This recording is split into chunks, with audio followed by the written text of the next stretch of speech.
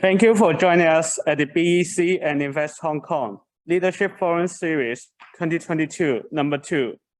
Green Transition in Hong Kong, from Research to Market webinar, co-organized by Invest Hong Kong and Business Environment Council, or BEC. I'm Eisen Wong from BEC's Policy and Research team and your host today. This is the second webinar in the BEC and Invest Hong Kong Leadership Forum Series 2022.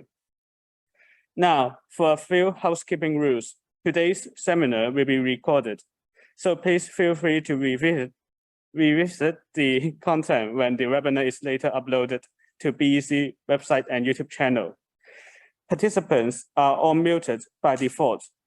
If you have any questions or comments for our speakers, please use the Q&A or chat functions at the bottom of your screen, and we will address them at the panel discussion. Without further ado, may I invite Mr. Simon Ng, Chief Executive Officer of BEC, to give his opening remarks. Simon, please. Good afternoon, distinguished guests, ladies and gentlemen.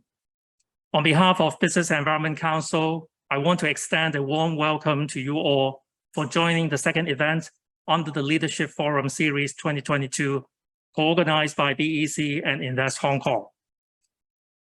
For the second year running, BEC is partnering with Invest Hong Kong to deliver this series, aiming to facilitate multi-stakeholder discussions on key environmental policies spearheaded by the Hong Kong SAR government. This year also marks BEC's 30th anniversary, and this forum is one of the key events that we've put together to drive business ambition into real actions. The Hong Kong SAR government calls for achieving carbon neutrality on or before 2050, with the announcement of the Hong Kong Climate Action Plan 2050 last November. This ambition requires collaborative effort from all sectors in Hong Kong, and the business sector is playing a pivotal role in the net zero journey. Responsible corporates are already reducing or are putting together plans to reduce carbon emissions in their daily operation. But they need innovative technological solutions, clear and enabling government policies, and conducive business environment for the green transition to take place. This explains why we have selected green transition in Hong Kong from research to market as the theme of today's event.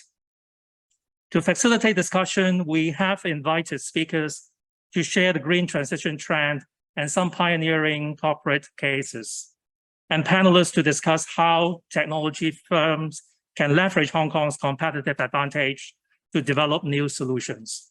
And in this regard, I would like to express my gratitude to Mr. Walter Van Hattem of the EU Office to Hong Kong and Macau, Mr. Barry Kwong of the Hong Kong Science and Technology Park, Engineer Jovis Lam from the Airport Authority Hong Kong, Mr. Jack Lin from Myotech, Mr. Matt Chan of Ampit Energy, Engineer Simon Choi of CLP Power Hong Kong Limited, and last but not least, Mr. Andy Wong, from Invest Hong Kong as the moderator. Finally, I want to thank all participants for joining, both on-site and online, and I'm sure you will gain valuable insights from our expert speakers.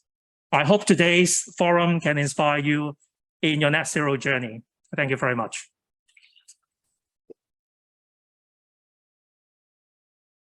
Thank you, Simon. May I also invite Mr. Charles Ng, Associate Director General of Investment Promotion, Invest Hong Kong, for welcoming note. Mr. Ng, please. Good afternoon, ladies and gentlemen. Dear friends of the ecosystem, the green and sustainability ecosystem. It is great to see a lot of you, a lot of new friends, but also a lot of friends from what we've known for many, many years in the audience. And also a very warm welcome to all of you online.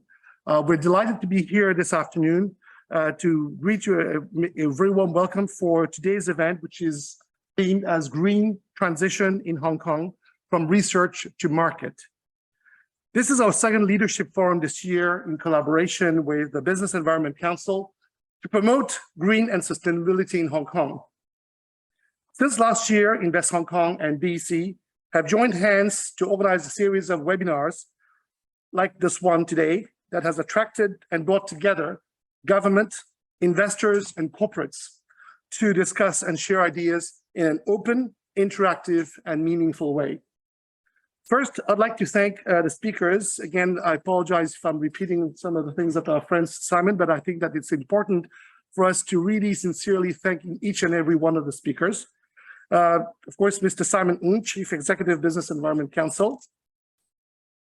Mr. Walter Van Hattem, Head of Trade and Economic EU Office to Hong Kong and Macau. Mr. Barry Kwong, Director of Sustainability, Hong Kong Science and Technology Park. Engineer Joseph Lam, Senior Manager of Electrical and Mechanical Technical Services Infrastructure Department of the Airport Authority in Hong Kong. Mr. Jack Lin, President, Myotech. Mr. Matt Chan, Head of Sales and Business Development, AMPD Energy. And last but not least, Engineer Simon Tsui, Principal Manager, Corporate and Commercial Services, Sales, CLP Power. With that, this afternoon's webinar, we really are looking forward to listening to some expert insight into the green transition in Hong Kong. We will be looking into the facilities and supports of the two statutory bodies in Hong Kong, namely the Hong Kong Science and Technology Park, and also Airport Authority, on how they're driving their innovation in green technologies through piloting the technologies and supporting the company's growth. Then, in the panel discussion, we will have three prominent technology companies to share their successful stories and how they're leveraging Hong Kong's sophisticated and leading green market to grow the business as they transit from research to market. As with other cities, Hong Kong is also facing various challenges with climate change, such as rising temperatures, as you can witness from my being sweating all over now, to more extreme weather events. However, Hong Kong, among the many cities in Asia, to take early action against climate change. Last year, we released the Hong Kong's Climate Action Plan 2050. It outlines the four major decarbonization strategies and measures, namely net zero electricity generation, energy saving, and green buildings, green transport, and waste reduction. Over the last decade alone, we have already allocated more than $47 billion to implement various energy saving and renewable energy measures. In the budget this year, $10 billion was set aside for a range of measures to transform Hong Kong into a greener and more sustainable city. These measures include an injection of $200 million into the Green Tech Fund to support research and development projects that promote decarbonization and enhance environmental protection. In addition, a $1.5 billion to extend the subsidy scheme for electric vehicle charging by 4 years to 2027-2028 financial year. The scheme supports the installation of EV charging infrastructure in eligible car parks of existing private residential buildings, and $8.4 billion for carrying out drainage improvement works in various districts to shore up our defenses against flooding. We will be expediting smart city developments to improve our city's competitiveness on a sustainability scale. We will facilitate extension, application of digital technology in society through the digitalization of government operations for better public services. We will also facilitate the development of digital infrastructures, enhancing the quality of life for Hong Kong people and enhancing our sustainable offerings. We want Hong Kong to be the preferred city for people to live, do business, play, and live their lives. We also plan to take advantage of the development of the Greater Bay Area, the GBA in short, to promote synergies and an integration of industry chains between Hong Kong and nearby cities. As you know, the GBA has reached a GDP of close to $2.2 trillion, surpassing the GDP of Italy for the first time. And the overall development of Northern Metropolis is based on sustainable development, where we aim to provide a livable vibrant and high quality of life metropolitan area in the GBA, building a new highland for technological innovation and digital solutions. We estimate that in the next 15 to 20 years, the government's expenditure on various measures to combat climate change may reach $240 billion. The enormous spending to drive low carbon transformation will accelerate the development of green industries, as well as green and sustainable finance in Hong Kong. As a result, private enterprises are expected to invest heavily in decarbonization. More technologies companies with green solutions to solve climate change will rise and flourish. As a leading global financial center and an international innovation and technology hub, Hong Kong will capitalize on the opportunities to develop the city into a leading green financial center and a new hub for smart and green technologies. And Invest Hong Kong, the department of the Hong Kong government that helps mainland and overseas companies to set up here and expand in and via our city, we will play our role and our part in attracting best of breed companies to help meet the challenges and seize the opportunities of green transition trends in Hong Kong and the region more widely. At the same time, adding economic benefit and job creation. As we speak, we're in the process of recruiting 3 additional team members to just focus on carbon neutrality agenda, because it cuts across all sectors in Hong Kong. Looking forward, we hope to bring in concerted efforts from different stakeholders and to discuss and share ideas. So in closing, I'd like to thank you all sincerely for your presence, for taking the time of your busy schedule this afternoon to be here. And I look forward to hearing the unique insights on the green transition in Hong Kong. And I'm certain looking forward to an informative and thought-provoking discussion this afternoon. So I wish you all a very good conference. Thank you very much.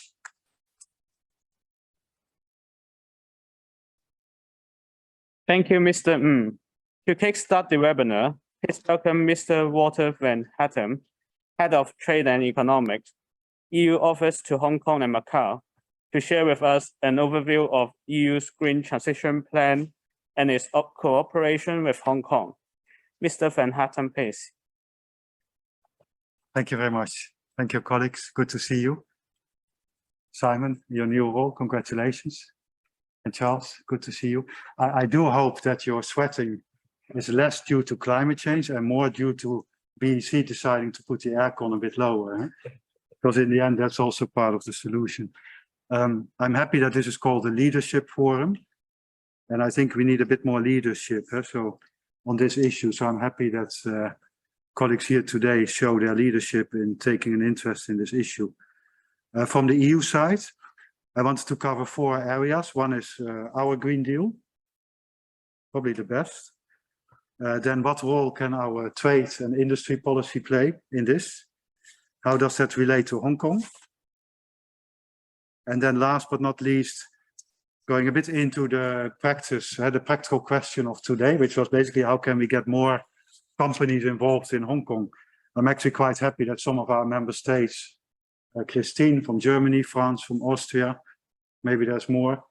I'm not supposed to talk trade promotion, so I'm a bit under your guidance. And if I say anything wrong about some of your companies, please feel free to speak out.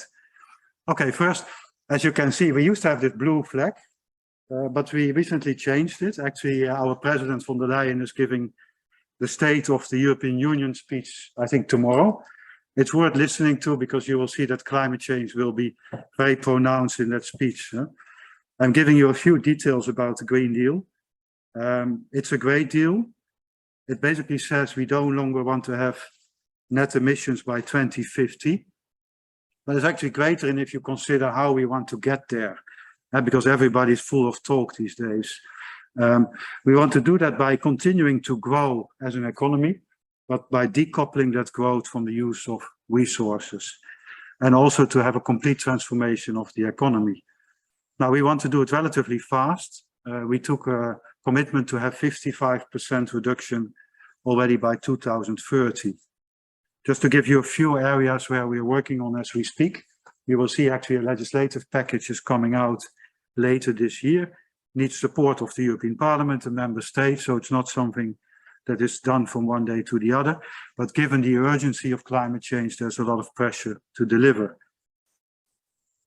And I have a beautiful slide, which is completely unreadable, but basically it shows that the climate change policy is covering every sector of our economy. So a few examples.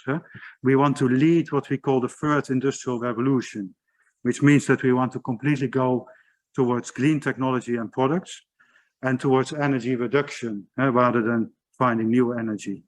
Latest ambition is to reduce energy by 36 to 39% in the next 7 years. Part of that is the renovation of 35 million buildings, providing green technology to that sector. The second part is then that energy that we still use, if we cut by 40%, we're still using 60%, that should then be increased in terms of how much of that is renewable. So the latest target is 40% to be renewable by 2030. But I must say, given the latest events, including the invasion of Russia into Ukraine and the consequential price increase of resources, we're actually fast forwarding that. And if you're interested, I think yesterday, to give you one practical example, we decided as an EU to up our presence of wind energy in the North Sea. I think it was around 160 gigawatts, but someone who's here might know better than that, but just as an example. Our emission trading system has resulted in a lot of savings, roughly 43% in terms of energy saving in those energy sectors that are most polluting. We want to expand that trading system, so putting a price on carbon in sectors such as aviation and shipping, and I'm happy that aviation is present here today. In terms of transport, we are a bit at the same level as Hong Kong in not wanting to register any cars that are not zero emission from 2035 onwards. But just like Hong Kong, we are closely looking at what kind of infrastructure is needed to get there. From 2026 onwards, the idea would be that road transport would be covered by emission trading and thus putting a price on pollution. Last point, well, there's many, but last one I wanted to mention is that by 2035, we want to be climate neutral in the use of land, which also includes agriculture, forestry, etc. It's a major accomplishment if we get there. We are putting resources towards that. We want to have at least 1 trillion euros, so around 8 trillion Hong Kong dollars over the next decade.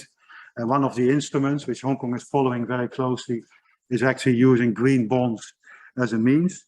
And given the appetite for green in Europe, they are actually priced at a much better level than ordinary bonds. We are challenged, no question about that. I think what you see today with the gas prices and the upcoming crisis in Europe and elsewhere because of these prices is quite big.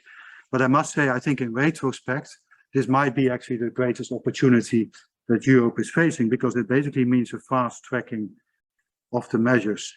It also is a new dimension in terms of EU solidarity, and for that you probably can hear more tomorrow. So this is trade. I like this picture, it's not mine, but it's often associated with sort of the polluting part of the world. Actually, it's not anymore, at least not in our view, because we see that our trade policy can play a strong role towards achieving these climate change objectives in a number of ways. But the most obvious one is that, of course, if you have free trade, you can also trade freely the clean technologies and stuff like that. So it's part of the solution. But also important is that the EU is using its trade policy, and we have quite some leverage towards our green goals. We are the largest trading partner for 74 countries in the world, and that includes China. On investments, our relationship, for instance, with Hong Kong is quite big. I think we are number 2 or 3 as an EU. Now, what we want to do is using those policies for the same agenda. One very obvious one is in our free trade agreements, where already since we concluded an agreement with Japan, we put in that the commitment of the Paris Agreement was part and parcel of a free trade agreement. And since then, we have been expanding those provisions quite substantially. We have trade and sustainable development chapters in all FTAs, looking among others at environmental regulations. We are putting in place a carbon border adjustment mechanism. It is controversial, but the whole idea is to actually start taxing those industries that are not able to produce in a green way. But by doing that, we don't want to have more income. We actually want to promote industries to start producing in a green way, be it in Europe or outside. And the last part, how we use it, is actually through the multilateral system, the WTO, World Trade Organization, where the last ministerial saw a bit of success in getting sustainability more to the agenda, not the least by having an agreement on fisheries. But it's not only trade. You can only trade after you've been producing. So a lot of the EU regulations actually are now looking into how we produce things. Now, this is an example. I was on a visit to Mongolia, where we actually give preferences to trade this wonderful product, cashmere. But if you then go looking backwards into the supply chain and the product chain, you see actually that these beautiful animals are overgrazing a country that's already very vulnerable. So what we do with our policies, we are looking actually at the whole cycle. Two regulations came out recently. One is called the EU Sustainable Corporate Governance Regulation, which sets a mandatory due diligence, among others, for environmental concerns. We also have a deforestation legislation, which goes far beyond forestry. It actually relates to all products that can have an impact on the forest in the world, including a lot of commodities. And some of you might follow that we're coming out with a forced labor legislation very soon as well. Now, what has this got to do with Hong Kong? Quite a lot. The EU is responsible for 8% of emissions. So even if we make Europe this wonderful place on earth, we wouldn't actually be able to save the planet. So what we're doing, we try to show leadership in the world. And actually with Hong Kong, and I think, Charles, you mentioned quite a lot about the climate action plan. We're looking towards what are the areas where we can work together. We had a very nice event last year already, and we want to give a follow-up this year, which was actually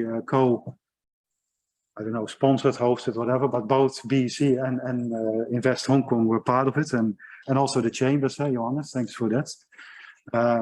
I think it was very useful, because what we try to do is, how can we now look at our respective agendas, and how can business, it was a business event, how can business play a role in creating the solutions for the problems of today?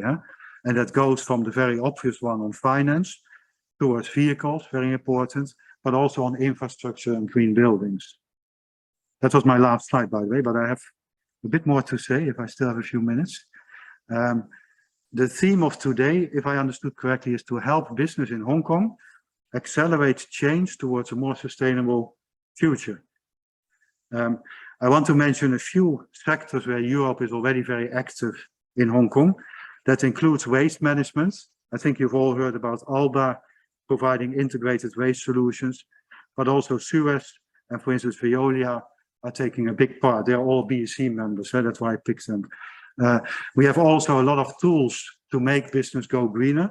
And to mention two, Rambo apparently has done over 1,000 environmental assessment studies in Hong Kong alone. And TÜV Rijnland, do I pronounce that correctly? Christine, be honest. TÜV, TUV. Yeah, okay, thank you. Apparently they were the first ever to have a residential building and commercial project in China declared zero neutral, no carbon, net zero carbon. So the first green building in China was actually accommodated, facilitated by this consultancy. On green buildings, we have a lot of presence. Schneider is here. But for instance, if you've heard about Kone elevators, I think they're here in 1 out of 3 buildings or something like that. If you go and visit their office, I don't know if anyone did that, but you can actually, they have 2 sets of cables for the lift. Some of you might be familiar with it. One is the kind of traditional one, which weighs very heavy, very difficult to lift, good for the biceps. The other one is almost as light as a feather, and it's exactly the same strength. And they did that by developing what they call a carbon fiber core surrounded by high friction coating. If you can cut basically the usage of these resources by these kind of technologies, I think it's really a win-win for all.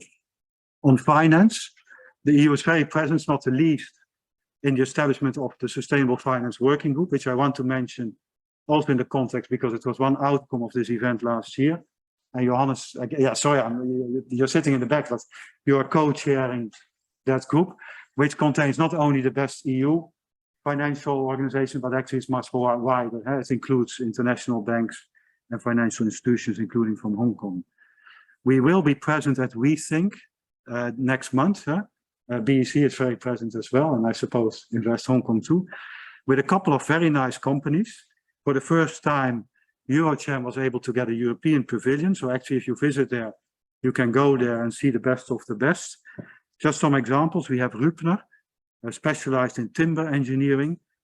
Tech Pro Green, who is facilitating new bioplastics as a green alternative. We have Plug the Impact, working on carbon footprint calculations, and Plaatio, working on green solar building materials. And there's a couple of more. Then thanks to France, because Austria, I'm just bringing you all in, this is leadership. But thanks to France with presenting some of the companies that will be there on green tech, I looked at those, and two Austrian companies I want to mention. One is called Flexirio, developing modular furniture. So you can no longer need to get rid of all the old stuff, you can actually build on that. But the one I liked also, which is probably not that rocket science, it's called Sunnyback, and they provide solar cells for on your backpack or your tent. Well, how local can you get it? No, if you go camping and you can cook based on that energy. Now, my last point, these are all companies that sort of presence in Hong Kong. Half of all the companies that are listed as most sustainable corporations by Corporate Knights are actually European companies. And so most of the European companies you don't see yet in Hong Kong. And I want to mention a few which could be interesting. Again, my role is not promotion, but just to mention, we have a Finnish company called Neste, which produces sustainable aviation fuel. Now we are having discussions, I think Cathay Pacific was here, yeah, we are having discussions about how you can green that sector, and I think they could be part of your solution. Similar, we have a company in the Netherlands, I mean there's more. By the way, Neste says, they claim that they can reduce emissions by up to 80% by changing the sort of conventional fuel by this sustainable fuel. And since we all want to fly out again, I think this is quite important. Damon in the Netherlands is the leader in sustainable maritime transportation, also a very important sector for Hong Kong. We have a company in Greece, a startup, who actually provides artificial intelligence that can give shipping companies the ability to track vessel emissions and take action. I suppose they are not the only one. And then we have one which is actually a friend of mine who's part of it. It's called Fairphone. You don't have that in Hong Kong, but basically they developed a mobile phone where all the parts are replaceable. So you no longer need to toss away your whatever you have. You can actually use just a replacement, and by doing that, sort of keep your mobile phone alive. Look it up. It's a really nice company and getting quite big as well. Okay, I'm coming to a closure. 5 points I wanted to put on you, if you don't mind, for discussion in the panel or elsewhere about what Hong Kong can do, what the industry can do to sort of attract more of these kind of businesses. I think first point, I think we are further now than, let's say, a year ago of industry seeing sustainability as a business model. But I think what industry is forgetting so far is the awareness raising within Hong Kong, where the awareness is still very low. Now, one way of saying that is could be like, okay, who cares about that? But actually, if you consider that your business model is built on sustainability, then take a stake in creating more awareness in Hong Kong of the need for sustainability. We as an EU, we are doing beach cleanings and stuff like that. I'm sure there's other initiatives, but I would invite business to do more. Second, I'm really happy, Charles, because you corrected my figure. I spoke with the Development Bureau who told me that there was 150 Hong Kong dollars billion available for green infrastructure. You mentioned 240 billion, so that's a 40%, 60% increase, whatever. But I think what they also mentioned is they would like to have more dialogue with industry. They are doing tenders, they want to have them green. but they are not as much up to speed as some of the colleagues here. So I think we need to do more, be it as business or government or whatever. Then we also need to go from talking to action. I think Hong Kong needs to take action, where there's a lot of room to update regulation and legislation. I get feedback from our industry that, for instance, on automotive, some of the regulations are quite outdated if you talk about safety or green and stuff like that. So I think it's really the invitation to look extra carefully at that. Huh? At the same time, I think the government, together with the industry, needs to bite to some tough bullets. We mentioned aviation, shipping, carbon taxation. These are never easy discussions for business people or for consumers. But in the end, we know that it's no other choice than to get there. So maybe better sooner than later. For industry, my fourth point, I would say industry has a double role. On the one hand, I think industry needs to provide the technology and to take care of their supply chains to make sure that it's environmentally sound as possible. But secondly, and that's especially in Hong Kong, industry needs to finance this transition. Governments have some money in the pockets, but I think it's nothing compared to what the industry has. So when we talk about green finance, I think a big role is to actually start saying we need that money to be able to save the planet. And that brings me to my last point. I mean, as a person, as a diplomat, as someone who loves Asia and being here, I think we need to use climate change much more to depoliticize the current discourse in the world. If you ask the young generation today, climate change is one of the biggest challenges. And I think together, by going behind that agenda, we can actually bring countries together, even if geopolitically not always on the same page. I'm quoting my commissioner, if you don't mind, who apparently said, this is not about saving the planet, it's about saving humanity. And again, I think we need your leadership to do so. Thank you very much.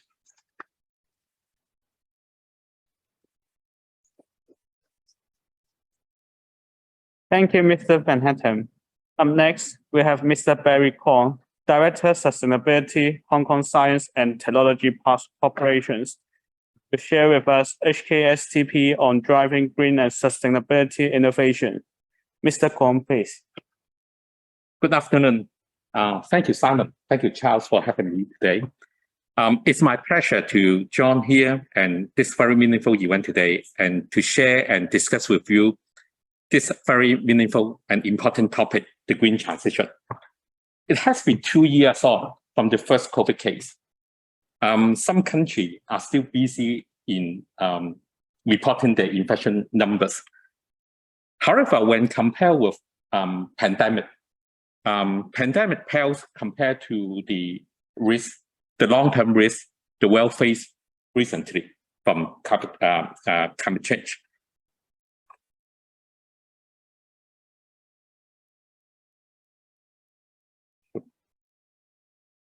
Sorry.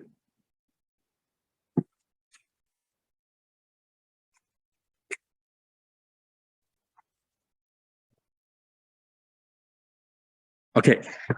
According to the World Economic Forum Global Risk Report 2022, climate action failure, extreme weather events, biodiversity loss were considered to be the top 3 of the top 10 global risks by severity over the next 10 years. You can read from this table from WEF, environmental risk overshadow their risk report for the long term and also short term. Climate action failure is also considered the most critical threat to the world with the highest potential to severely impact society, economy, and also the planet. I believe you will all agree with me the fact that climate change poses an urgent threat, demanding decisive actions. To limit global temperature rise to well below 2 degrees Celsius, it is essential that business, policymakers, and also the society advance comprehensive near-term and also long-term climate action in line with the Paris Agreement. This is another This is another slide from the WEF survey. indicating the level of international effort on mitigating different global risks. You can see from the information, most respondents believe too little is being done on climate change. 77% indicated that international effort to mitigate climate change have not started or are only in early development. It will be essential to support the scaling up and adoption of global climate action, including cost-effective solution and innovation to transition into a low-carbon and climate-resilient economy through PPP, public-private partnership and collaboration. It will be the key enabler for accelerating the transition and realizing economic benefits, delivering a safer climate.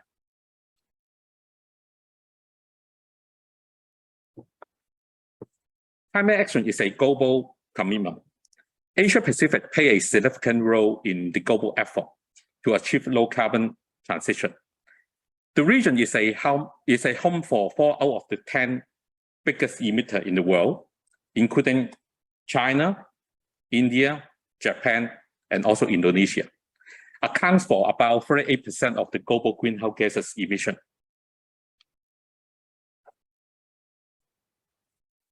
China is committed to achieving carbon neutrality before 2060. As mentioned by Chris, Charles, early that as an international city, Hong Kong has been an active player in global effort to tackle climate change.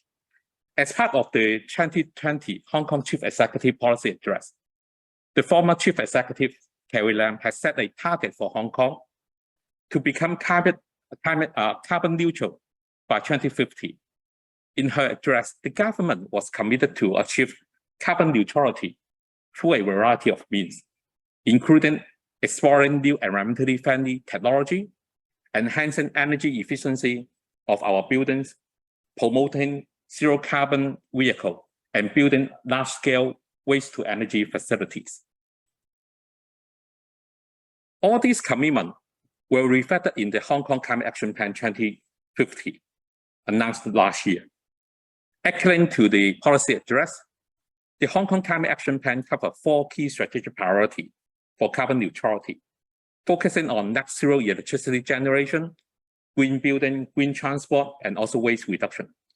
To support this strategy, in the past year, Hong Kong has been promoting climate-related innovation and technology, such as changing electricity meter in Hong Kong to become smart meters and exploring the wider use of green hydrogen to make Hong Kong a smart and green city. According to the plan, over the next 15 to 20 years, the Hong Kong government will invest over $30 billion into climate mitigation and adaptation initiatives, such as the acceleration of decarbonization roadmap for power generation in Hong Kong, renewable energy, energy efficiency, demand-side management, green building, electrical vehicle, as well as waste reduction. The Climate Action Plan also synchronized well with the research funding from the McKinsey. Reaching net zero emission requires a huge effort in when we fund and also deploy climate technology to accelerate decarbonization. The analysis indicated that in a projection where to allow the world in achieving net zero by 2050, capital spending on equipment and infrastructure with relatively low emission intensity would average $6.5 trillion a year. Now, the question is how can we realize this investment number into actual contributor for decarbonization or addressing different climate change bottlenecks?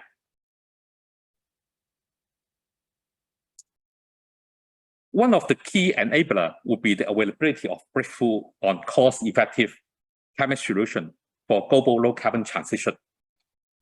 This is not to say innovation and the adoption of climate technology will be straightforward. The process needs to be disruptive. The shift will break some of the existing value chains and will form some new ones. This requires collaboration across different value chains and also business ecosystem. The other one will be the cost. Cost is one of the key considerations for maintaining mainstreaming climate technology. Costs at this moment are declining too slow to abate emission in line with the 2050 targets. Breaking the cost curve requires non-traditional approach to the development, integration, scaling up of climate technology, including a degree of collaboration seldom seen for other types of technology. To enable climate innovation and technology ecosystem, we need to learn about many technology and how they interact, including industrial capacity, infrastructure requirement, and public policy to facilitate the development of the ecosystem. As mentioned just now, we can simply summarize the three major enablers for developing climate technology as collaboration, resources, and systemic change. Hong Kong Science and Technology Park is here to support the low carbon transition in the region.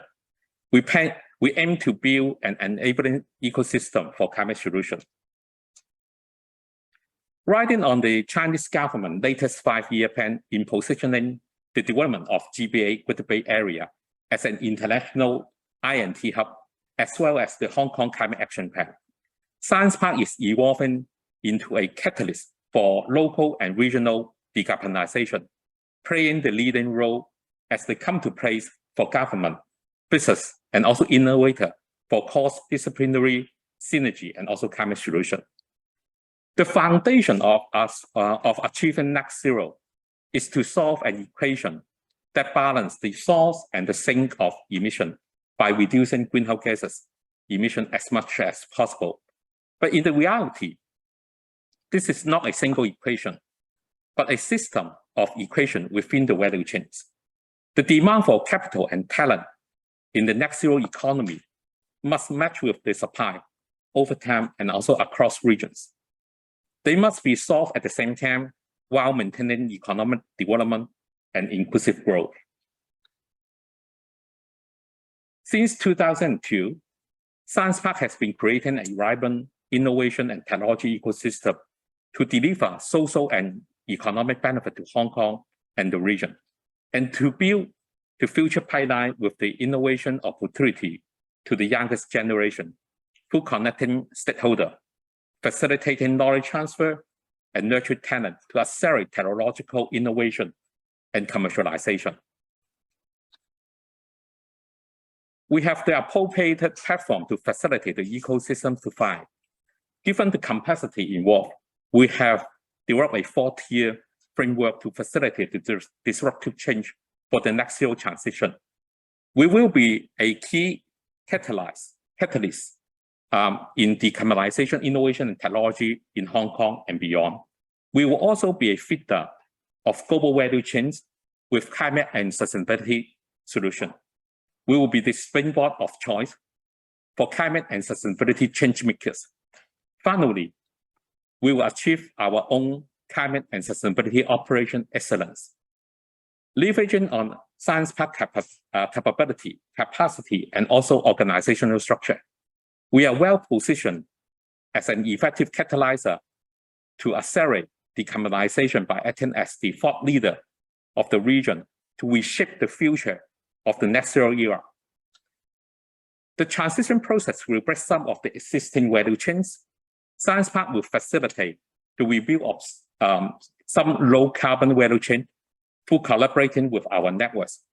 We will help accelerating the process to uncover and apply new climate solutions within the value chain with funding and also business-to-business support. To facilitate the success of climate innovation and technology ecosystem, we need to equip innovators and youngest generation with robust green mindset as well as skill set. Through the talent enrichment and also transformation scheme, we will enable change makers to step into the green creative area and apply their R&D focuses in addressing different climate issues. Building a net zero society requires not only disruptive technology, but also a real change in managing and operating business in a sustainable manner. Science Park will work with our partner to develop our decarbonization pathway on understanding the associated climate risk and opportunity and defining our climate transition priorities. Our ambition is to create a truly international climate technology hub to unleash the unique creativity of climate innovation and to generate growth new green sector and industry. There are observable benefits and opportunity for countries and companies which are prepared to support in the transition and transformation. And we are all well positioned to be part of the solution. So let's join us for a low carbon future. Thank you very much.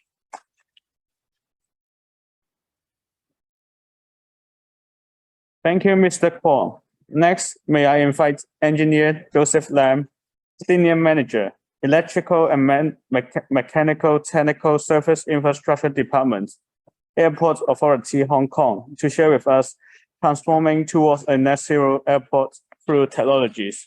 Engineer Lam, please. Good afternoon, ladies and gentlemen. Thank you, BEC. Thank you, Invest Hong Kong, to having me here for the presentation. Today, I'll talk about what kind of technology or transformation that HKIA has been doing in order to achieve basically energy saving or decarbonization. HKIA conducted a long-term carbon target study in 2020 with the aim to determine the roadmap to net zero decarbonization by 2050. We also formulate a carbon management action plan. This direction actually aligned with Hong Kong, China, and ACI, which is, here. The action plan actually aligned with Hong Kong SAR government, Airport Council International, ACI, and also mainland China.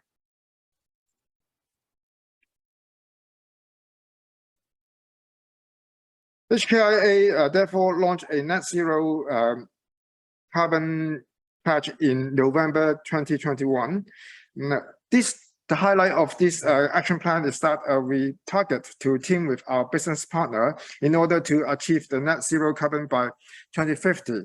While I'm not there to see that, we actually set another aggressive target, which is by 2035, we try to achieve a 55% reduction. If I have the laser pointer,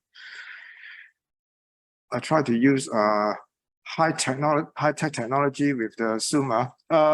This is the baseline that we are based on, which is 2018. That is our baseline. If we do nothing, it will go up to here. And our target, of course, is to have 2050 to have the net zero carbon target. But by 2035, we try to achieve a 55% of the carbon reduction. So that is basically our action plan and what we are trying to do. As I said before, the key point here is to pair with our business partner. In fact, airport is there's only one airport in Hong Kong, but we have many different kinds of business partners. We try to collaborate with them, learn from each other in order to achieve the decarbonization or energy saving target. You may know or do not know, in fact, in the airport business, there are quite different numbers of business partners, such as airline, aircraft maintenance, cargo handling, some catering services, ground services, equipment, public utilities, and some government department as well. So we try to join hands with them in order to share the experience to achieve the energy saving. The program that we are setting out basically is to have some finance assistance, which is a Green Innovation and Technology Fund, so that we can share the funding on some technology development. We also set up governance with the senior management in order to review ourselves and keep monitoring on our own progress. And of course, the most important part will be the technology and innovation that we try to share the idea, which I will try to talk about a bit more later on. And then we also have a capacity building, which is basically paired with BEC on the training to our capacity on carbon management, but that will be for topics of another day.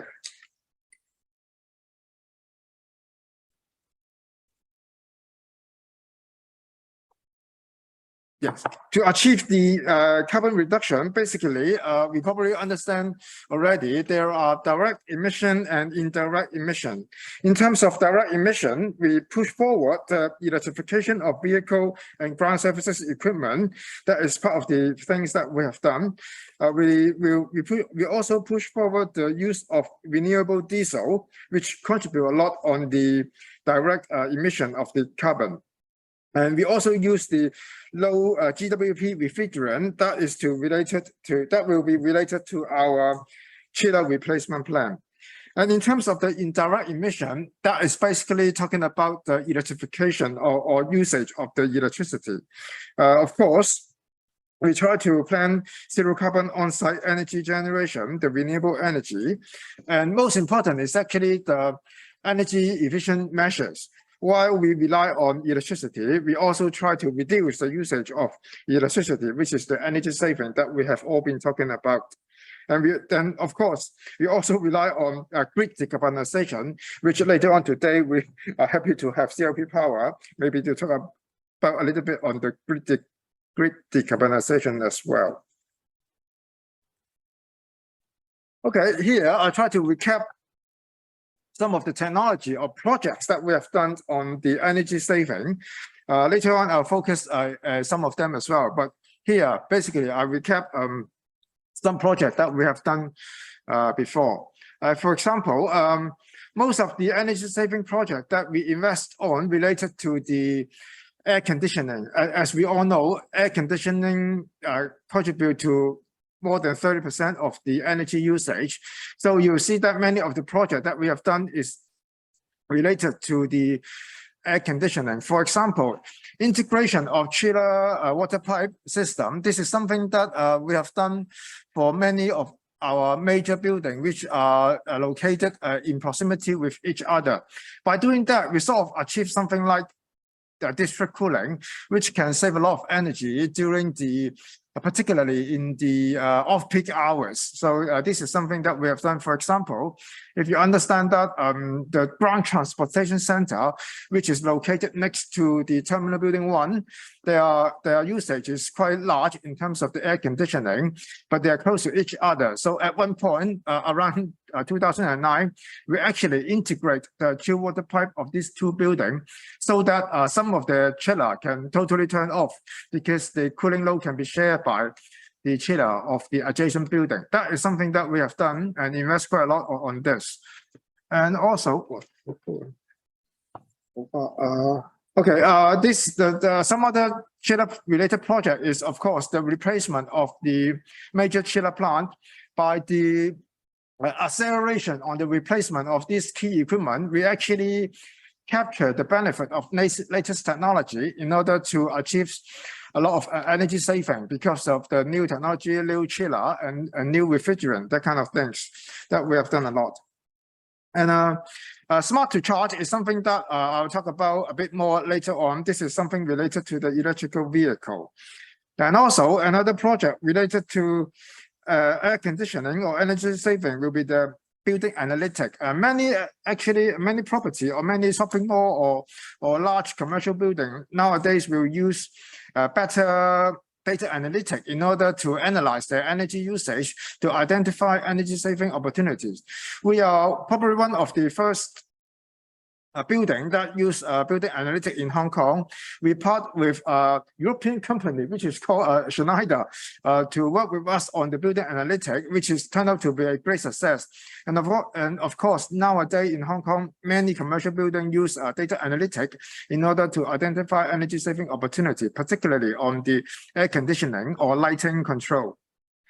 Another example, of course, is also chiller replacement and LED lighting. Definitely, basically, all the lighting in the airport in terms of the fluorescent tube or some major road lighting or even airfield ground lighting. All the lighting has been replaced to LED, which again is a low-hanging fruit technology for us to capture energy saving. That, of course, any light you see in airport is already replaced with LED, and sometimes it is already in the second or third generation of replacement.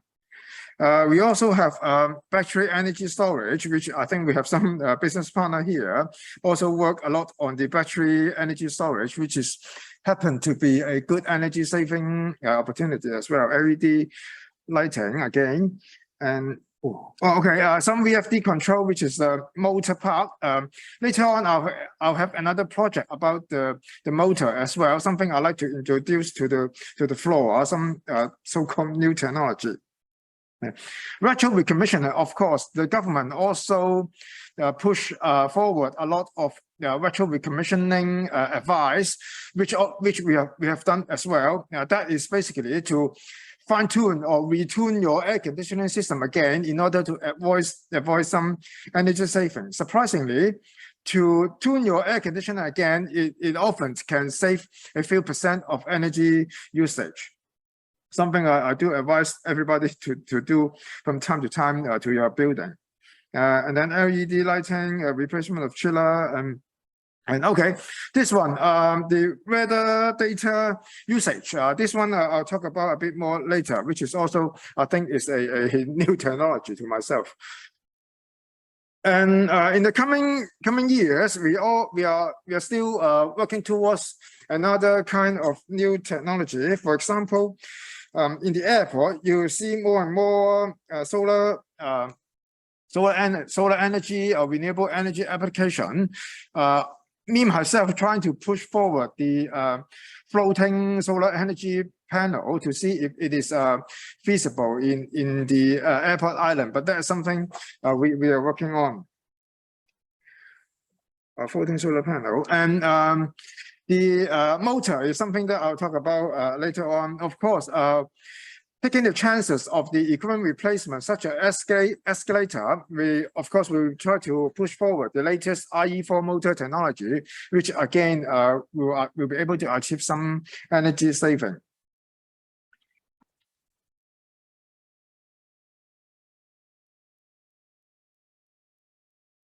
Oh, okay. And this one again is one of our target project or key project. The usage or the R&D of the hydrogen application. In fact, you probably heard that there's already some bus that trying in Hong Kong to use H2 or HFC hydrogen fuel cell technology. Similar for us, we try to push forward this kind of decarbonization project as well. The hint is to extract H2 from what we have currently, which is town gas. There's something of a new project that many, at least in Hong Kong, is putting a lot of effort in this, which is also part of the decarbonization project. Of course, the expansion of electrical vehicle in other area and replacement of airfield ground lighting in terms of in place with LED lighting, which is a kind of new, because for airfield ground lighting is a different type of light. The technology has evolved to a position that we decided to replace them with LED as well. Okay, now I want to talk about a few more projects. A little bit more on what we have done with the weather data. This project, I call it weather forecast for air conditioning control system, weather facts. This is what I call it. But basically, this is the idea is to collect the flight data and weather data in order to predict the cooling load model for the building. Once I understand the prediction of the cooling load model, I can adjust the chiller to adopt the usage of it. This idea I come up with myself a few years ago. I'm actually a runner. I always run along the promenade at Tsim Sha Tsui. if you understand that route, it's very hot, and the sun in summer is very difficult to run. And along that promenade, there are a few seating which got cover area. So each time when I run along that area, I will not miss those covered area, because in a hot summer day, shading or without shading is actually means a lot to me when I try to run.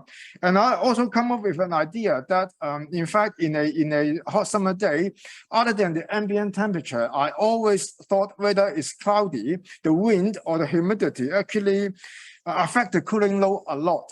And of course, we understand that the cloud coverage or the wind and or the humidity or some other weather data it actually change a lot. I thought if I can understand, or if I have a prediction on those data, I can better understand how cold or how hot the weather is, and I can adjust the chiller.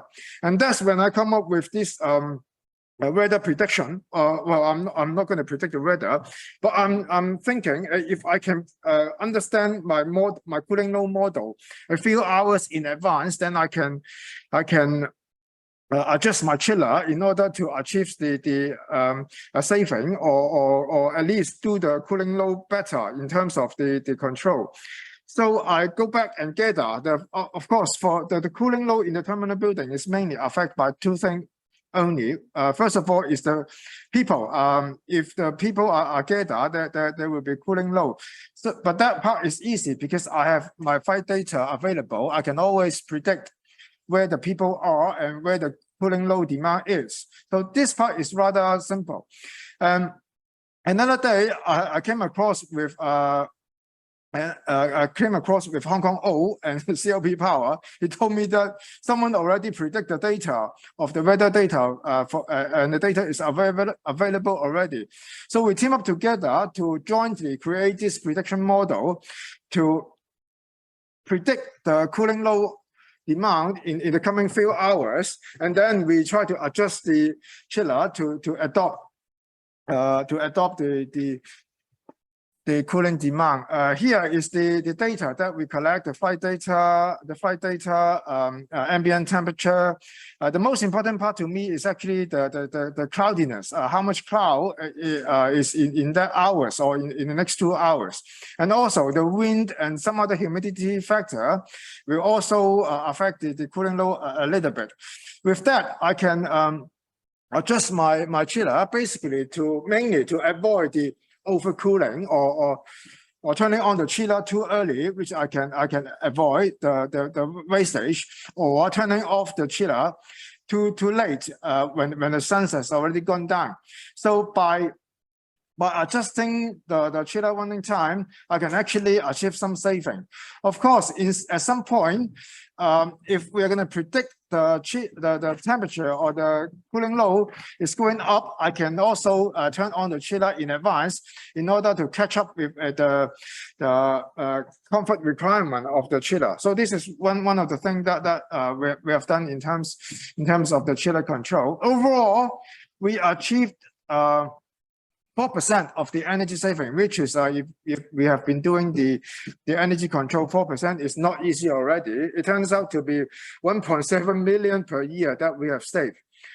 Together with the chiller replacement that we have done at the same time, we actually achieved 5.1 million kilowatt, which is around 5.1 million Hong Kong dollar saving per year after this project, which to us is a great success. Another project I want to share is the electrical vehicle charging system. Just now, Charles also mentioned that the government is also promoting the electrical vehicle charging subsidized system. And in fact, here, of course, HKIA has a lot of electrical vehicle, and we push forward the usage of the electrical vehicle. We have some policy and scheme. Now, of course, all the vehicle that we use is electrified. But the key point is not the electrification of the vehicle. The key point is actually the number of charges that is available to charge the EV. Here you can see around the apron area or the airport terminal area, we increased the number of chargers from 200 something to around 600. of course, the key is to have sufficient charger in order for the user to use the electrical vehicle. To do that, there is actually a very important element, whether to kill the project or not. That is whether the cost of each charger. Normally, if we are going to have 100 amp for the power supply, you normally can normally have three charger for 3 vehicles. 100 amp, each vehicle has 32 amp. So that is what normal people will design. But here, we applied another technology, a very simple technology, which is the load demand management. That is like a diversity. That means we can have, instead of 3 number of chargers, we can have 16 number of chargers, almost 5 times of the number of chargers with the same 100 ampere of the electrical infrastructure. To achieve that, of course, we need a load demand management, which is basically a software. But we can you can say we achieved 3 times or 5 times more number of chargers, or you can say that the cost of the charger reduced by 5 times because I use 100 amp of the infrastructure, but I have 3 times or 16 numbers of electrical charger. That should be able to drive down the cost per charger in terms of a residential building or in terms of the government subsidized program. You can have more charger. Of course, it's easier for everyone to support the whole program. So load demand software is something that you need to bring home to your estate and ask them to apply this technology if you want to buy a Tesla. Okay, the last I want to share again is a very simple technology. It's called electronically commutated fans. In short, we understand what is DC motor. In fact, all the motor or fan or air conditioning fan that we use now is AC motor instead of DC motor.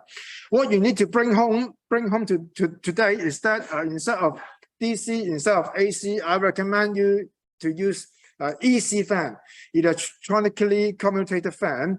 Ask your maintenance department and to study this EC fan. What we have done is we are going to replace all our fan in the air handling unit from AC motor to EC fan. In short, it saved me around 20% of the fan control energy. This is again something that we have done. It is new technology and it's getting more common. And if you are not doing it, like here, 20%, if you are not doing it, you better start. That is all for my presentation today. I hope I share a few technology in details and all the rest that we have done so far as in the airport. Okay, thank you. That's my presentation today.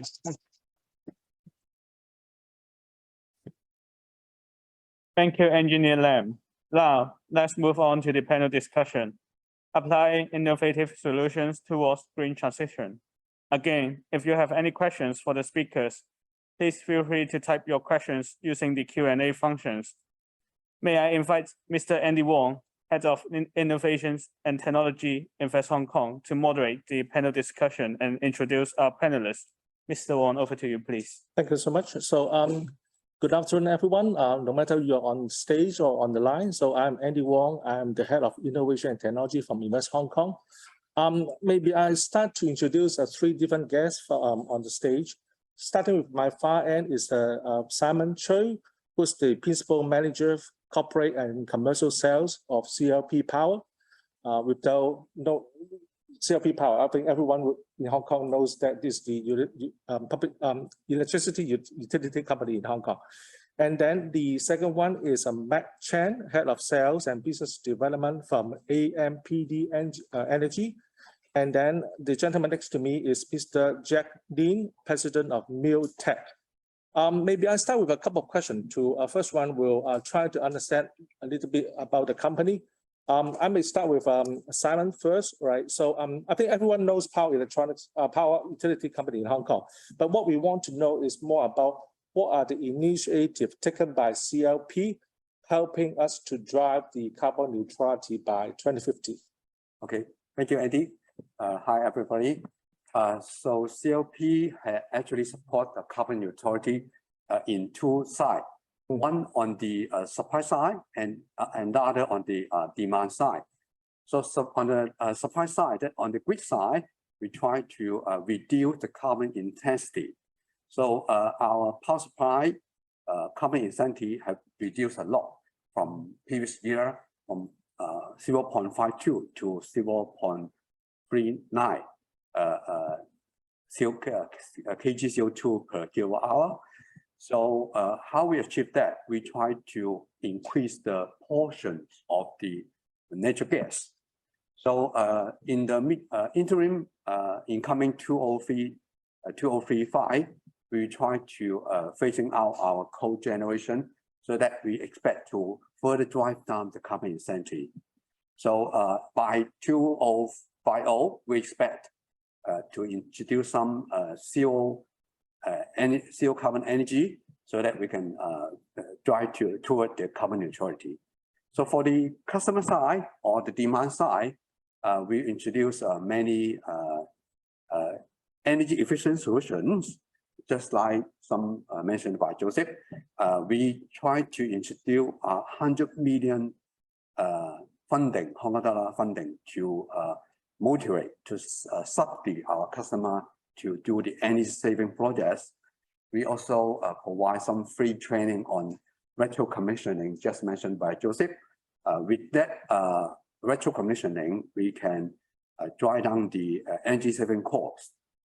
And finally, as mentioned by Joseph, actually we collaborated with some key customer to do some innovation project to drive the carbon emission. Okay, yeah. Thank you, Sam. So maybe I start with Matt. Matt and also Mr. Jacqueline is the scale-up company who helping company to transition to green. I start with Matt. Matt is coming from AMPD Energies, right? So people may not know about your company. It would be good to tell us more about what your company does and then how you help company to transition to green, please. Yeah. Thank you, Andy. Actually, M Energy is a Hong Kong startup company, actually from Science Park. And we are a company using the energy storage technology and the IoT technology to help our customers, like construction company, to decarbonize. What we are doing is in M, everyone we trust there is an emission-free future for the construction. So to achieve this aim, we developed our flagship product, which is called Entertainer. It's an amplifier for the construction site to help them to use a very little input from the grid and then amplify it to a very high power to support some of the plant equipment like tower crane, like hoist, like welders, in order to replace some very dirty diesel generator. And our target customers in Hong Kong will be mainly focused on developers and also the main contractors. Thank you. So Jack, so your company is doing ESG reporting as far as I know, but tell us more about what your company does and also how do you help the other companies in the green transition journey? Yes, thank you. Yeah. We are also a Hong Kong-based company. Very happy to play a role in this entire process. Now, this afternoon, we've heard some really exciting presentations from government, from industry participants.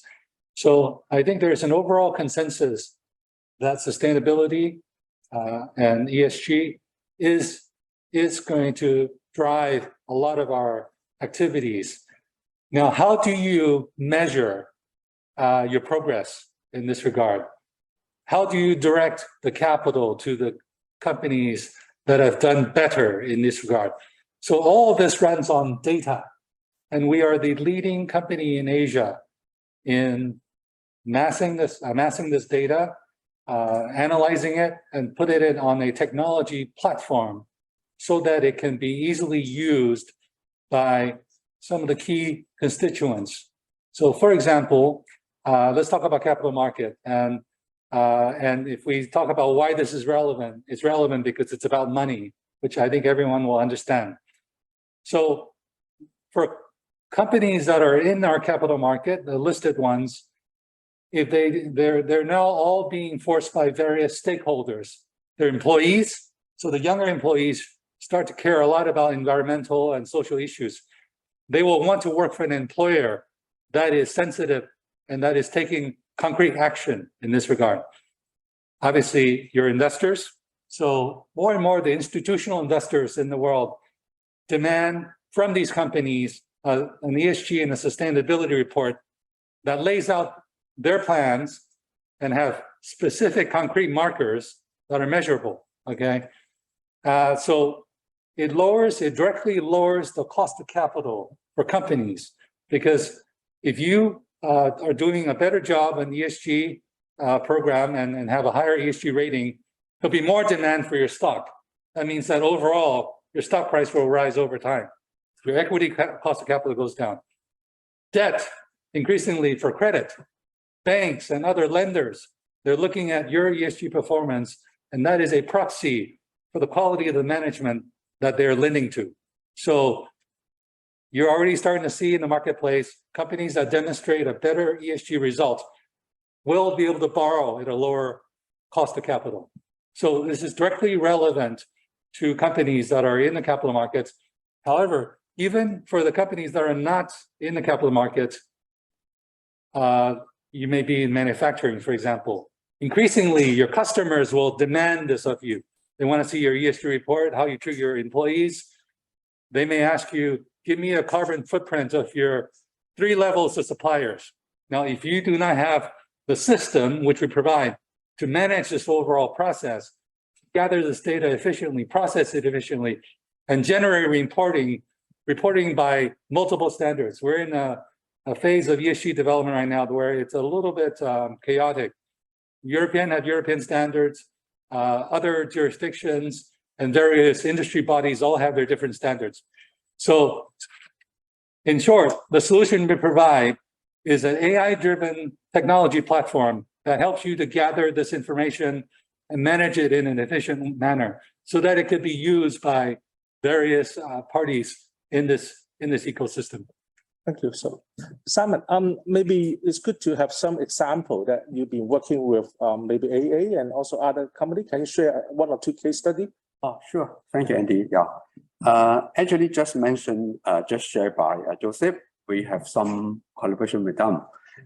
We noticed that the AA, actually, the air conditioning, it take up a large portion for the electricity consumption, and AA is looking some smart technology to uplift the efficiency. So that's why we collaborated with AA and also with Hong Kong Observatory to develop the prediction model by analysis of the big data. Detail not to mention because Joseph mentioned it in very detail. So winding on that, we developed a model. That model will allow just-in-time operation of the chiller, not earlier, not late, to achieve energy saving and to avoid the to achieve the thermal comfort. So with that collaboration, we achieved a very great success that saved 5.1 gigawatt altogether with the repaired chiller. So we are very honored that Hong Kong International Airport is the first airport in the world to adopt this kind of prediction model. Another one I can quickly go through, that's the Heathrow. Heathrow is a cargo airport terminal in AA, also a business partner in AA. They are looking some new way to support local renewable energy development, so that they come to us and we collaborate to sign an agreement for 6 years to portray CLP REC, Renewable Energy Certificate. So REC represent the power generated from the renewable energy sources, such as solar, wind, landfill gas, etc. So that so they become the biggest filer, biggest portrayer in the airport community. So that set a very good example for the airport aviation to support the local renewable energy in a cost-effective way. That's the case. Thank you. So Matt, you mentioned about the crane, right? So I believe that your system is usually used in the construction site. Share 1 or 2 examples that you've been, your container, as far as I know, has been deployed into these construction sites. Yeah. Thank you. Definitely. Yeah. This is a very difficult question for me because today have too many friends here, like Airport use a lot, Science Park use a lot, and also CLP use a lot. Maybe I just use one example, maybe Science Park as an example to tell you guys one of the use case study. The project at the AMC Changguan the Advanced Manufacturing Center. That project is by Gammon Construction and Science Park. And for that project, actually, it's the first project in the world to use the entertainer to support their tower crane.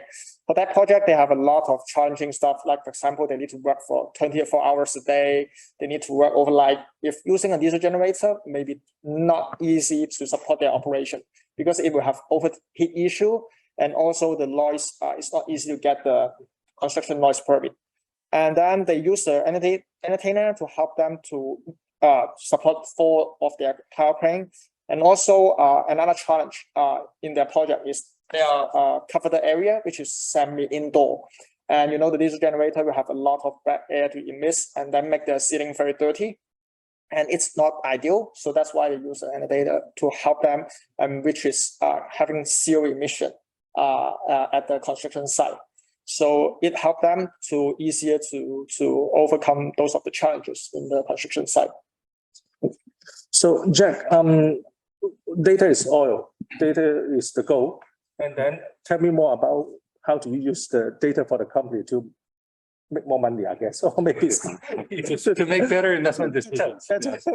So I think all of us in the room here, your MPF provider, chances are the fund management company or the bank that sold you the product or the custodial bank that is helping to custody your assets. Somewhere along the chain, I'm sure there are clients in there that have used our data in order to implement either their investment strategy, their risk management strategy to achieve certain objectives. And again, we do not take a particular value judgment, but we provide the data so that you can have transparency. It's a big problem right now with greenwashing. So the best way to guard against greenwashing is to use data to demonstrate and quantify what you are doing. So use case number 1, which is very widespread, is we're widely used and recognized by the industry to have the best data set. We cover 4 million companies in Greater China alone. So it is by far the deepest and the widest data set available in industry now. The second use case I could highlight is with the Hong Kong Exchange. So our carbon footprint calculator, we collaborate with Hong Kong Exchange so that it can be used by the companies on the exchange to calculate their carbon footprint in order to be able to implement and implement their carbon reduction strategy. So there are other collaborations that will be announced in due course, but we are a key partner in helping the financial markets to decarbonize. Okay, thank you. So CLP, right? You mentioned about AA airport authorities, right? So is there any particular collaboration model you work with airport authority you want to share with us? Yeah, actually, we did mention about that project. Apart from that very fact, we mentioned making use of the big data. We also have collaborate on our project, just like the 4 megawatt battery energy storage system and also the smart to charge system. So that collaboration actually set a very good model for the industry by making use of smart technology to meet the emission target. Yeah. Actually, apart from that, we also collaborate with other C&I customer on the energy saving solution. Just like we provide some virtual commissioning training, free training to over 100 organizations, and that should achieve a very good result. Yeah. Okay, thank you. So, Matt, as a startup, it's not easy. It's very challenging. So you mentioned that you are incubating from Hong Kong Science Park. And then actually, is there any government support that you want to mention that will helping you in the journey, overall journey? Yes, definitely. Actually, the CIC, the Construction Industry Council, is helping us a lot because they have a funding called CIPF. Actually, high-tech stuff always need to make sure that it's economically makes sense. But however, for us, the capex is very high. and we can help them in the long term to save the OpEx. And then the CITF fund actually can help our client easier to adopt and transit to those of the new technology.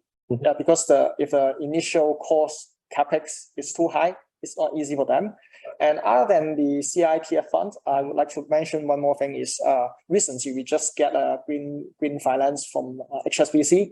They help us a lot, not only focusing on our sales business, but also allow us to start to work on some of the rental leasing business, because they help us to finance the production of our entertainer, which, because for a startup we do not have much cash, we can't finance all the entertainer unit. So actually, like HSBC, those of the finance institute helps a lot to provide a GBA sustainability fund. Yeah. Yeah, I do remember last time when we have a meeting, right? So you mentioned about your business is very capital intensive because you have to put the money in to build the container first, and then in a different model, either lease it out or sell it to the user. Exactly. So Jack, so I know that you have an office in Shanghai, Beijing, Singapore. Why Hong Kong? Can you tell us to promote a bit Hong Kong? Yes, of course. Hong Kong, not only Hong Kong is an important financial center in its own right, and a big use case for us are in the financial industry, because the data helps to direct the capital to the deserving companies. But I think the entire GBA is a very vibrant ecosystem, and contrary to what people say, Hong Kong is a high-tech center, and it can do even better in this regard. We count as our shareholders, including HSBC, JP Morgan, Horizon Ventures, Mr. Lee's investment vehicle. So it's not only true that he only invests in Zoom and Facebook and all these US technology companies. We are a technology company, Hong Kong technology company, that he invested in. So we have brought the best data scientists from around the world. So we have data scientists that graduated from Stanford, MIT, you name it, all the best universities from around the world. So we bring this talent to Hong Kong, and we do think that we can continue to build on Hong Kong as a regional venture center. One very last important point: the financial industry runs on regulations and standards. Okay, so and there are competing standards, as I mentioned. We want to help give Hong Kong and Asia a voice, because up until now, most of the environmental standards are dictated. You know, it's only fitting because, as Walter mentioned earlier, the Europeans are by far the most advanced in environmental regulations and environmental development. However, there is a voice for Hong Kong companies, Asian companies, to be able to help to shape that standard, and that's what we're doing by providing the most available data in the GBA in Greater China. We are helping to redefine that discussion. So to help set Hong Kong's own a set of regulations and standards that's suitable for Hong Kong. Okay, thank you. Maybe the last question. So feel free to share, is that throughout the whole transition journey, is there any challenge that you see? And also, what is your company future development plan in terms of the carbon making towards carbon neutrality? Maybe I'll start with Simon. I think carbon neutrality is very important to Hong Kong CLP. So so we continue to drive for the local renewable energy development, and then we also will introduce some zero carbon energy to Hong Kong. And of course, on the customer side, we will collaborate with our key customer to develop some more innovative technology, just like VETFET and battery energy storage system, so that we can encourage more initiative on the decarbonization. Okay, thank you. So Matt, any challenging in the whole journey? And what's your company future development plan? A lot. The number one, I guess. Yeah, a lot. Like I said before, cash is one of the issue, because we are selling some very big machines, so it's very capital intensive. And just like you say, fortunately, we are backed by some of the sustainability fund from some of the banking. So it makes us a little bit easier now. But if like government or other councils in the industry can sponsor a little bit to some of the small or middle-sized contractor to have some support for them to transit from using diesel generator to energy storage system, that would be great. And for our future development plan, we focus on two things. First thing, we still consider Hong Kong as the headquarters and our core, but we are trying to expand our product to around the world. It's because Hong Kong customer is very challenging. Everyone knows it. And when the product works in Hong Kong, we believe it will work in other places. Like for example, now we're expanding to Singapore, Australia, and also UK. And the second thing we'll do is the product expansion. So we will try to use the same technology we use for the entertainer, for the construction industry. Maybe it can expand to other use cases as well. Yes, that's something that we're working on. Okay, thank you. So Jack, any global big plan for your company? Yes. So there's a few areas that we are working on, both challenge and opportunity. One, we are growing dramatically, but we can't get enough people. So I think with Hong Kong Science Park, to make technology sexy, because I think in the past, I've been in Hong Kong 30 years, so everything's about property or finance. So I think I'm encouraged to see the younger generation now getting excited about STEM, and they're being trained properly. So we need to create a talent pool in order for companies like ours to continue to grow. Second is on education. And I think that we as an industry need to continue to make sure that all the stakeholders in the ecosystem understand the relevance. As an earlier speaker says, we're not trying to save the planet, we're saving ourselves. So the relevancy, I think the education, we all can work together on that. Lastly, data and technology, it's a global business. So we must expand beyond Greater China. We've set up Singapore and Southeast Asia, and using technology and AI, we can overcome the language barrier. So markets like Japan, Korea, so ultimately, we need to apply our AI engine to be able to grab the data globally so that our solution become even broader than it currently is. So thank you, everyone. So I think it's about the time to finish the panel discussion. I go back to the host. Thank you. Thank you to our speakers and moderator for the informative sharing. This also concludes the webinar. An event feedback questionnaires will be sent to you after this webinar. Please take a few moments to fill in the form. If you are interested to know more about future BEC events, please follow our social media channels. Thank you again for joining us today. Thank you.